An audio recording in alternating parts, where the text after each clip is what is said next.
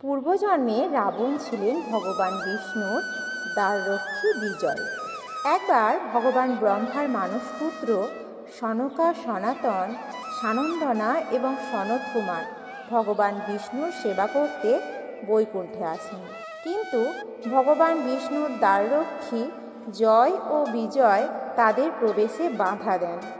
এতে তারা প্রচণ্ড ক্ষুব্ধ হয়ে জয় বিজয়কে অভিশাপ দেন যে তাদের নশ্বর পৃথিবীতে জন্ম নিয়ে সাধারণ মানুষের মতোই জীবনযাপন করতে হবে। তৎক্ষণাৎ সেই স্থানে বিষ্ণুদেব চলে আসেন এবং এই অভিশাপ ফিরিয়ে নিতে বলেন। কিন্তু অভিশাপ তো ফেরানো যায় না, তাই তারা জয় বিজয়কে দুটি বিকল্প দেন।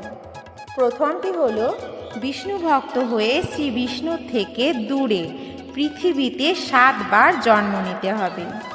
আর দ্বিতীয়টি হলো 3 বার জন্মগ্রহণ করে শ্রী বিষ্ণু কর্তৃক মৃত্যুবরণ করতে হবে। জয় বিজয় দ্বিতীয় উপায়টি বেছে নিলেন। ফলস্বরূপ তারা পৃথিবীতে 3 বার জন্ম নিলেন। প্রথমবার সত্যযুগে হিরণ্যক্ষ ও হিরণ্যকশিপু রূপে জন্ম নিলেন। দ্বিতীয়বার রাবণ ও কুম্ভকর্ণ রূপে তাদের জন্ম হয় এবং তৃতীয়বার দাপর যুগে শিশুপাল এবং দন্তবক্র রূপে জন্মগ্রহণ করেন। রাবণ ধীরে ধীরে অত্যাচারী রাজায় পরিণত হন। তিনি দেব, দানব, যক্ষ এমনকি ঋষি কন্যাদের সতীত্ব হরণ করতে থাকেন। এই সময় কুবের ছিলেন লঙ্কার রাজা। তিনি কুবেরকে লঙ্কা থেকে বিতাড়িত করেন এবং তার পুষ্পক রথ বলপূর্বক অধিকার করেন। বন্ধুরা, আপনারা কি জানেন রাবণের প্রকৃত নাম কি বা তার জন্ম বৃত্তান্ত? চলুন আজকের এই ভিডিওর মাধ্যমে আমরা রাবণের জন্ম কাহিনী একটু জেনে নিই। রাবণের প্রকৃত নাম দশানন। তার এই রাবণ নামটি দিয়েছিলেন স্বয়ং মহাদেব।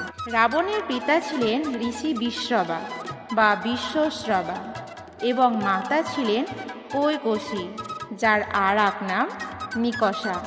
ঋষি বিশ্ববা মহর্ষি পুলস্তর পুত্র এবং প্রজাপতি ব্রহ্মার পৌত্র। বিশ্ববা ও তার প্রথম পত্নী দেববর্ণনীর সন্তান হলেন কুবের। রাবণ তার জ্যেষ্ঠ ভ্রাতা কুবেরের প্রতি বিরূপ মনোভাব পোষণ করায় বিশ্ববা কৈকসী ও তার পুত্রদের ছেড়ে প্রথম পত্নী দেববর্ণনীর কাছে চলে আসেন। কৈকসী ছিলেন অসুররাজ সুমালির কন্যা। সমুদ্র মন্থনে বেরিয়ে আসা অমৃত পান করে দেবতারা অজেয় হয়ে ওঠে। ফলে রাক্ষসরা দেবতাদের কাছে যুদ্ধে পরাজিত হতে থাকে। তখন সুমালি স্থির করেন তার কন্যা কৈকসীর বিবাহ নশ্বর জগতের সবচেয়ে শক্তিশালী কোনো পুরুষের সাথে দেবেন।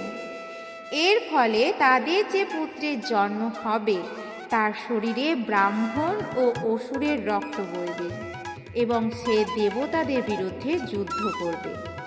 অতএব কৈকসীকে রাজা সুমালি মহাপরাক্রমী ঋষি বিশ্ববার কাছে বিবাহের প্রস্তাব নিয়ে যেতে বলেন। কৈকসী বিশ্ববার আশ্রমে গিয়ে তার সেবা করেন। তার সেবায় সন্তুষ্ট হয়ে ঋষি বিশ্ববা তাকে বিবাহ করেন। ঋষি বিশ্ববার ঔরসে কৈকসীর গর্ভে জন্ম হয় দশানন, কুম্ভকর্ণ, বিভীষণ এবং কন্যা শূর্পণখার। রাবণ ছিলেন বেদ শাস্ত্রের একজন পণ্ডিত। তিনি সঙ্গীত রচনায় ছিলেন অতীব নিপুণ। রাবণ বাস্তুশাস্ত্রে ও জ্যোতিষশাস্ত্রেও জ্ঞানী ছিলেন। তিনি ছিলেন মহাদেবের পরম ভক্ত। একবার কৈলাসের পাশ দিয়ে যাওয়ার সময় রাবণ তার রথ সেখানে থামান। মহাদেবের অনুচর নন্দী রাবণকে বাধা দিয়ে বলেন সেই স্থানে প্রবেশ না করতে, কারণ এটি হলো হর পার্বতীর আবাসস্থল। কিন্তু রাবণ নন্দীকে বানর বলে উপহাস করে। ফলে নন্দী অভিশাপ দেন যে বানরের হাতেই রাবণের বংশ ধ্বংস হবে। অতঃপর রাবণ শিবের সান্নিধ্য অর্জনের জন্য কৈলাস পর্বতকে লঙ্কায় প্রতিস্থাপনের সিদ্ধান্ত নেন। তাই নিজ তপবল দ্বারা কৈলাস পর্বতকে 2 হস্তে তুলে নেন কিন্তু মহাদেবের বৃদ্ধাঙ্গুলি কৈলাসে স্পর্শ করা মাত্রই রাবণের 2 হাত কৈলাস পর্বতের নিচে চাপা পড়ে যায়। রাবণ তখন প্রচণ্ড চিৎকার করতে থাকেন এবং মহাদেবকে শান্ত করতে একটি সঙ্গীত রচনা করেন। পরে সেই সঙ্গীত শিব তাণ্ডব স্তোত্র নামে পরিচিত হয়। অতঃপর মহাদেবের ক্রোধ শান্ত হলে তিনি রাবণকে তার চন্দ্রহাস নামক খড়গটি উপহার দেন। এই সময় অতি উচ্চ মাত্রায় রোদন করায় মহাদেব তার নাম দেন রাবণ। একসময় রাবণ ব্রহ্মদেবের কঠোর তপস্যা করেন এবং তার কাছে বর চান যে সুর অসুর দক্ষ যজ্ঞ কেউই তাকে পরাজিত করতে পারবে না। তবে আত্ম অহংকারের জন্য তিনি মানুষের কথা বলেননি। অবশেষে একজন মানুষের হাতেই তিনি নিহত হন। অযোধ্যার রাজা অনারণ্য ছিলেন ভগবান রামের পূর্বপুরুষ। রাক্ষসরাজ রাবণ শিবের কাছ থেকে পশুপাত অস্ত্র লাভ করার পর রাজা অনারণ্যের বিরুদ্ধে যুদ্ধ করেন। যুদ্ধে অনারণ্য পরাজিত হন। তখন রাবণ তার রাজবংশকে উপহাস করে। ফলে অনারণ্য অভিশাপ দেন যে তারই কোনো বংশধরের হাতে রাবণের মৃত্যু হবে। এতেও রাবণ তার পাপ কর্ম বন্ধ করেননি। রাবণের স্ত্রী মন্দোদরীর দিদি হলেন মায়া। তার বিয়ে হয়েছিল বৈজয়ন্তীপুরে রাজা সম্বরের সঙ্গে। একবার রাবণ বৈজয়ন্তীপুরে গিয়ে নিজের লালসা মেটাতে মায়াকে বন্দি করেন। এই সময় অযোধ্যার রাজা বরানর্থ ও সম্বরের যুদ্ধ হয়। যুদ্ধে সম্বর মারা যান। রাবণ তখন জোর করে মায়াকে লঙ্কাতে নিয়ে যাওয়ার চেষ্টা করে, কিন্তু মায়া সতীদাহ প্রথার মাধ্যমে প্রাণ বিসর্জন দেন। মৃত্যুর পূর্বে মায়া রাবণকে অভিশাপ দেন যে ভবিষ্যতে কোনো পতিব্রতা নারীর প্রতি তার কুনজরি হবে তার মৃত্যুর কারণ। এরপর একবার পুষ্পক রথে ভ্রমণকালে বৃহস্পতির পুত্র মহর্ষি কুশধ্বজের কন্যা বেদবতীকে দেখতে পান এবং বলপূর্বক তাকে হরণ করতে উদ্যত হন। নিজের সম্মান রক্ষার্থে বেদবতী আগুনে আত্মহুতি দেন। আত্মহুতির সময় তিনি রাবণকে অভিশাপ দেন পরজন্মে তিনি কোনো ধার্মিক পুরুষের অজনীজাত কন্যারূপে জন্মগ্রহণ করে রাবণ বধের কারণ হবেন। তিনি পরবর্তীকালে সীতারূপে জন্মগ্রহণ করেন। অতঃপর একদিন স্বর্গে বিচরণের সময় অপ্সরা রম্ভাকে দেখতে পান এবং তার সতীত্ব হরণ করেন। রম্ভা ছিলেন রাবণের ভ্রাতুষ্পুত্র নলকুবেরের হবু স্ত্রী। এই ঘটনা জানার পর নলকুবের তাকে অভিশাপ দেন যে এরপর কোনো নারীর মর্যাদা নষ্ট করলে তৎক্ষণাৎ রাবণের মৃত্যু হবে। রাবণের বোন শূর্পণখা গোপনে কালকেয় দানব বংশের দানব রাজপুত্র বিদ্যুৎ জিহ্বাকে বিবাহ করেন। দানবরা ছিলেন রাক্ষসদের শত্রু। ফলে রাবণ দুজনকেই হত্যা করার সিদ্ধান্ত নেন, কিন্তু রাবণের স্ত্রী মন্দোদরী তাদের রক্ষা করেন।